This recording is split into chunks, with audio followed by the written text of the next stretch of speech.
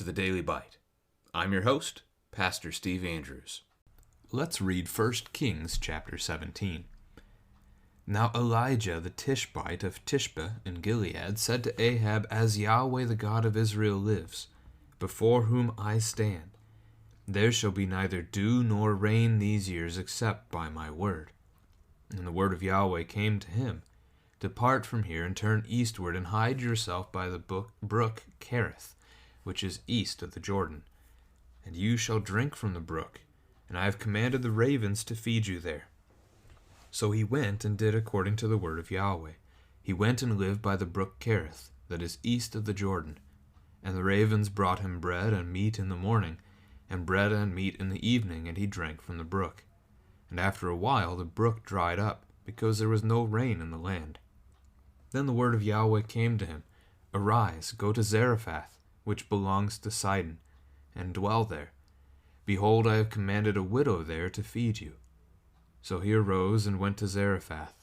And when he came to the gate of the city, behold, a widow was there gathering sticks. And he called to her and said, Bring me a little water in a vessel, that I may drink. As she was going to bring it, he called to her and said, Bring me a morsel of bread in your hand. And she said, As Yahweh your God lives, I have nothing baked, only a handful of flour in a jar and a little oil in a jug. And now I am gathering a couple of sticks, that I may go in and prepare it for myself and my son, that we may eat it and die.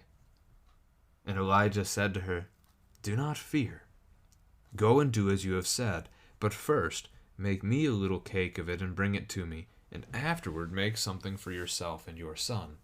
For thus says Yahweh the God of Israel, The jar of flour shall not be spent, and the jug of oil shall not be empty, until the day that Yahweh sends rain upon the earth. And she went and did as Elijah said. And she and he and her household ate for many days. The jar of flour was not spent, neither did the jug of oil become empty, according to the word of Yahweh that he spoke by Elijah. After this, the son of the woman, the mistress of the house, became ill, and his illness was so severe that there was no breath left in him. And she said to Elijah, What have you against me, O man of God? You have come to me to bring my sin to remembrance and to cause the death of my son. And he said to her, Give me your son. And he took him from her arms and carried him up into the upper chamber where he lodged, and laid him on his own bed. And he cried to Yahweh, O Yahweh my God, have you brought calamity even upon the widow with whom I sojourn by killing her son? Then he stretched himself upon the child 3 times and cried to Yahweh, O Yahweh my God, let this child's life come into him again. And Yahweh listened to the voice of Elijah, and the life of the child came into him again, and he revived. And Elijah took the child and brought him down from the upper chamber and into the house and delivered him to his mother. And Elijah said, See, your son lives. And the woman said to Elijah, Now I know that you are a man of God, and that the word of Yahweh in your mouth is truth. This is the word of the Lord. As we prepare to draw near the end of the book of 1 Kings, we take a break from reading about all these different kings who ruled over Judah and Israel, and instead learn of what the Lord is doing by speaking his word through his prophet, this time the prophet Elijah. As we have been talking about this great evil among the kings and misleading God's people to pagan gods, now God is going to raise up a voice for himself among his people. Elijah is really the greatest prophet in the Old Testament. And by that I mean he is, as the Old Testament people of God and the New Testament people of God would look at the scriptures, they would put him first in terms of the prophets of old. We have other prophets that we call major prophets like Isaiah and Jeremiah, but he's first on the list. How do we know? This is a question that you can talk about with your kids today. How do we know that the people of the New Testament especially had such high regard for the prophet Elijah? that they thought he was the greatest prophet that God had sent. And there's a couple of things that stand out among others in the New Testament.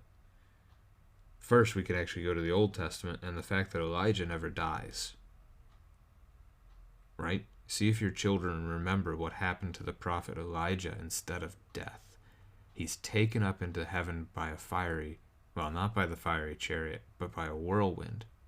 Fiery chariot was present at the time. As you come to the end of the Old Testament, you get the prophet Malachi, who prophesies that before the great day of the Lord, before the day of Yahweh, the day of judgment would come, in a sense, he would send his prophet Elijah again. And Jesus very clearly in the New Testament will teach us that is a reference to John the Baptist. So Elijah is a foreshadowing of the final human prophet, John the Baptist. Well, Jesus is both God and man, and Jesus is our great prophet, but Elijah is the foreshadowing of that last one who is born of men, John the Baptist. And Jesus spoke so highly of John, saying that no one has been born among women who is greater than John. Then you get the account of the transfiguration, as you see Jesus go up on the mountain with Peter, James, and John, and who appears there? Elijah and Moses. In the New Testament era, they did not call it the Old Testament. They didn't have an Old Testament because there wasn't a new one to compare it with. They had what they called the Law and the Prophets. Their sacred scriptures, which we would call the Old Testament, they called the Law and the Prophets. The Law was represented by Moses. The prophets were represented by Elijah. So as Jesus goes up on the mountain for the transfiguration, you've got both. You've got the fullness of Scripture represented there as God's voice, his word to his people. And the point of the transfiguration then is the Father speaking from heaven and saying, "This is my beloved Son. Listen to him," and then Moses and Elijah disappear. Very similar to Hebrews, I think it's just right there in Hebrews chapter 1, verse 1 or verse 2, that in the former days, the days of old, God spoke to his people by the prophets, but now in these latter days he has spoken to us by his Son. So Elijah is the representative of the Old Testament prophets of God. And we're going to see him over the last few chapters of this book and into the beginnings of 2 Kings. So he's from Tishbe, which is in Gilead. Gilead is off to the east of the Jordan River. Best I saw estimation here is that Tishbe would be just a bit east of the Jordan River and just a little more than, if you were to find the midway point of the Jordan River, just a little north of that. A little north, a little east. He goes to Ahab and declares a drought, that there will be no rain, there won't even be dew in the time to come, unless he speaks it. That's quite an authority given to him by God. He can bring a drought, he can end a drought. God sends Elijah to hide. You can imagine as the drought played on that Ahab would seek to threaten Elijah the prophet. So God hides him. First by the brook Kerith, and then we'll see down to Zarephath. I guess up to Zarephath.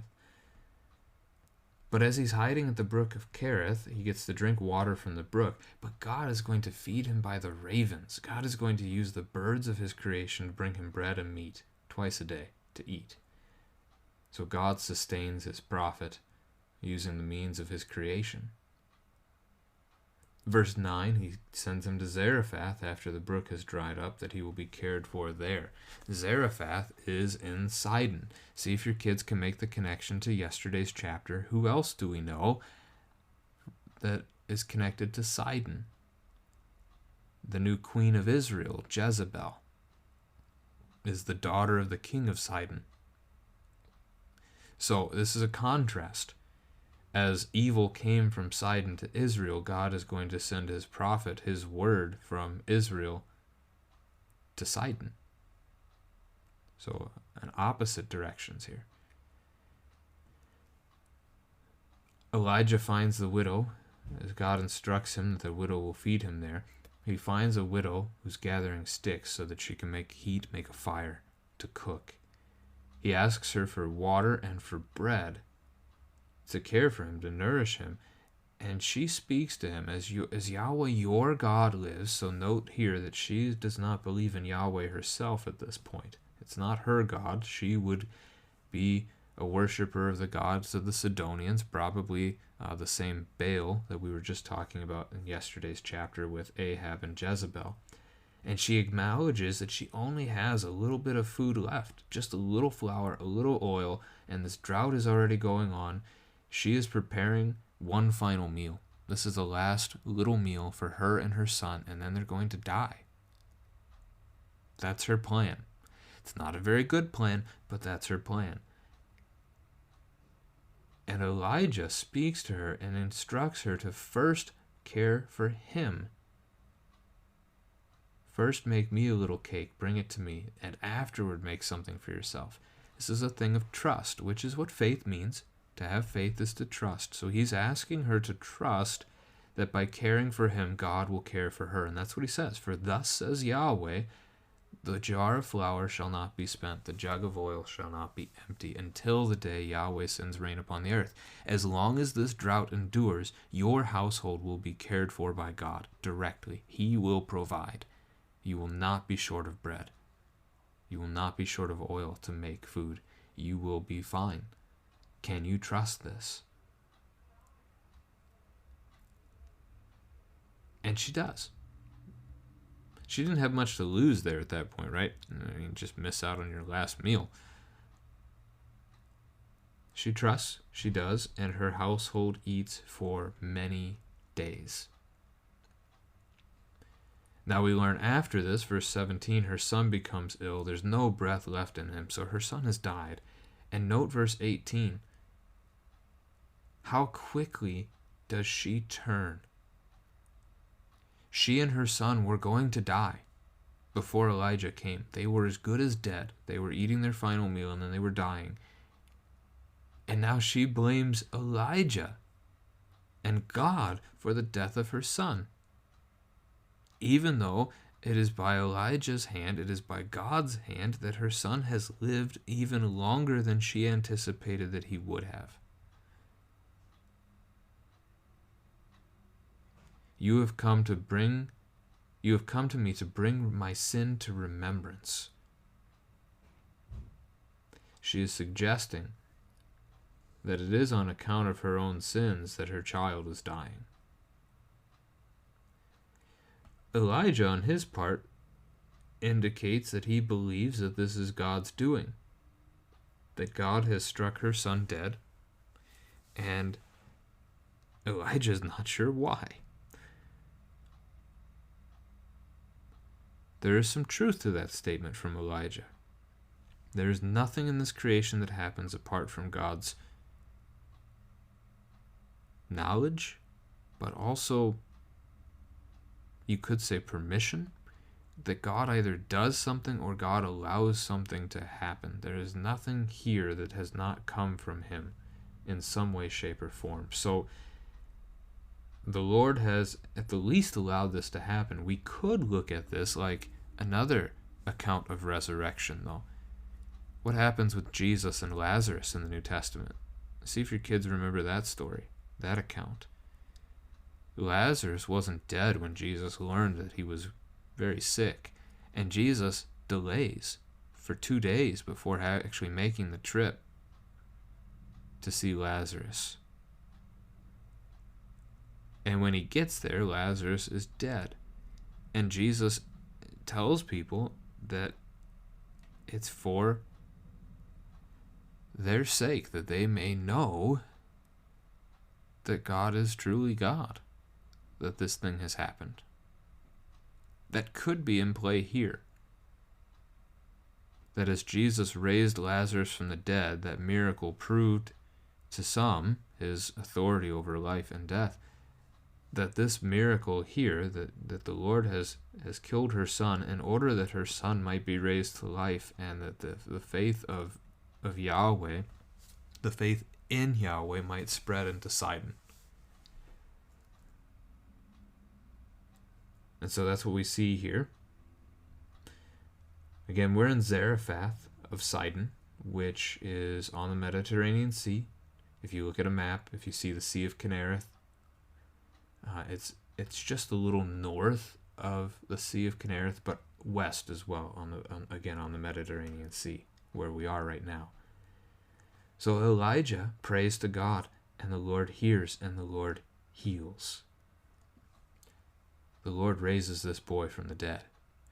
And this is the first account of resurrection in the Bible. And it comes a solid chunk of the way in. You could have this conversation with your children. Who else does God raise from the dead in the Bible? Or even, who else does God raise from the dead? And so you can talk about several, right? You can talk about this one. You can talk about, as we just did, Lazarus. You can talk about the son of the widow of Nain that Jesus raises in the middle of a funeral procession in the New Testament. You can talk about Jesus himself. You can talk about the idea of